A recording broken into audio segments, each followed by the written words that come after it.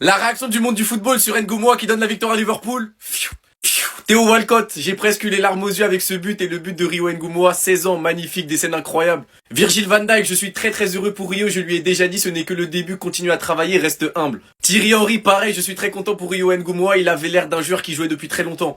Et Arne Slot, son coach, il l'a déjà prouvé à plusieurs reprises qu'il est spécial. 16 ans, t'entres en jeu à Saint James Park, tu donnes la victoire à ton équipe à la 100e minute. On faisait quoi à 16 ans les gars? L'histoire elle est magnifique, ce petit on sait déjà qu'il a un truc. Mais il faut pas oublier Szoboszlai, ce qu'il fait sur le but et ce qu'il fait sur le match. Dans un match où il est pas à son poste et il est pas aidé par Konaté, moi je vous le dis les gars.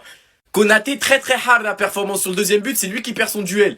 Mais lui face à Barnes, je trouve qu'il a très bien défendu. Ensuite, 100e minute avec l'engouement à Saint James Park et tout, il a la lucidité de laisser passer la balle. Franchement, gros respect au match de Szoboszlai. Maintenant, rendez-vous ce week-end contre Arsenal. Rio Ngoumouah, Max Doman. Les gars, les petits, ils ont plus aucun respect. Et l'Angleterre, vous allez très très bien manger ces prochaines années. Dites-moi vous en pensez en commentaire, les gars, pour vous abonner, vous êtes des bons, nous, on avance. Isaac, dégage! Prends la porte! Moi, c'est ce que j'ai vu ce soir. 3-2 score final. Liverpool qui bat Newcastle. Mais non, vous m'aurez pas. J'ai vu le match de mes yeux. J'ai vu comment Newcastle, réduit à 10, sans Alexander Isaac, a tenu tête à Liverpool.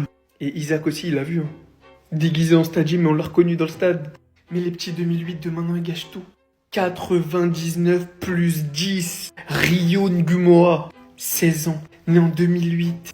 Premier match en professionnel en première ligue. But pour climatiser tout Saint James Park. Il n'y a pas de meilleur début que ça en fait. Après, faut juste saluer Szoboszlai sur l'action. Szoboszlai qui laisse passer la balle dans mon livre. C'est lui la passe décisive. Je vais pas m'attarder sur l'arbitrage. Newcastle réduit à 10 de manière très normale. Anthony Gordon pour son tacle ultra violent. On sait que le plus dur c'était Van Dijk. Mais tranquille, parce qu'il lui a littéralement déchiré le mollet. Par contre, je savais pas qu'il suffisait de dire Smahlé. Il a dit pardon, il a pas eu carton rouge. Mais très sincèrement, Liverpool a eu chaud au cul. Voilà, faut se dire les choses. Il gagne 3-2, on retient les 3 points, on retient la victoire. Mais Florian Wirtz, c'est toujours pas au point. 150 millions. Je l'aime beaucoup et je sais qu'il y en a un tas qui l'aiment. C'est pour ça qu'il est pas critiqué. Mais la réalité, c'est que dans un autre club ou si c'était un autre joueur, il serait déjà en train de se faire défoncer partout vu le prix de son transfert.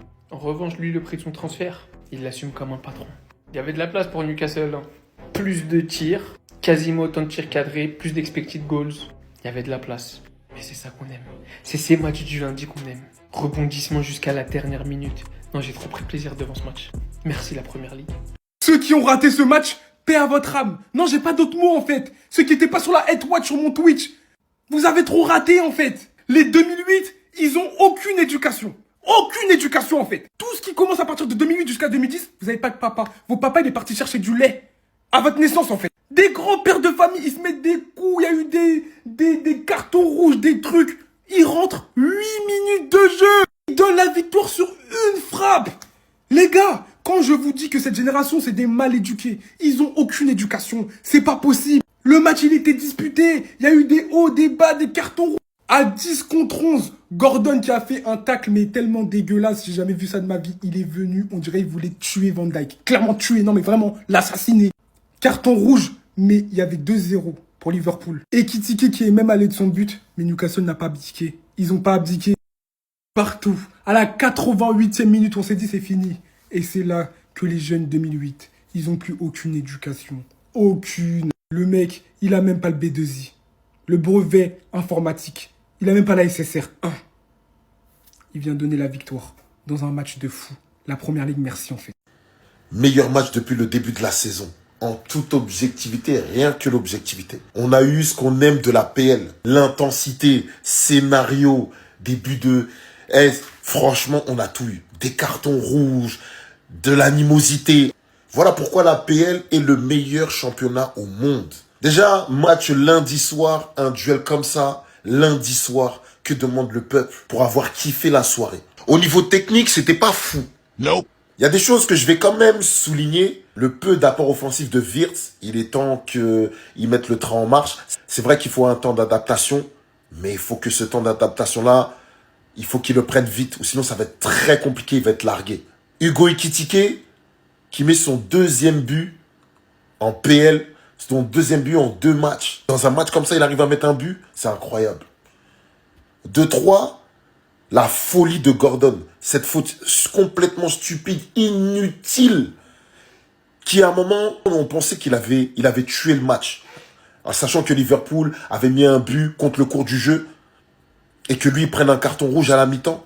On avait tous dit que c'était plié. En plus, ils avaient mis 2-0 dès l'entame de la deuxième période. Mais Newcastle a su revenir. Et comment? Avec de la même intensité, comme s'ils étaient à 11.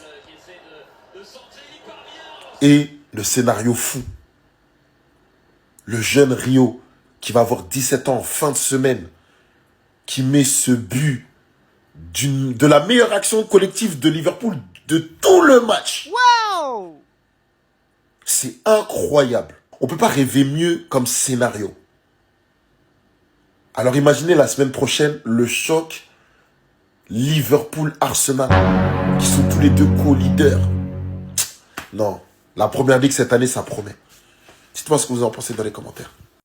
Les gars, on me dit à l'oreillette qu'Alexander Isak ne veut plus signer à Liverpool et veut rester à Newcastle après la performance de l'équipe et le match nul qu'ils sont partis chercher. Comme on le dit tous les jours, le foot ça va trop vite les gars.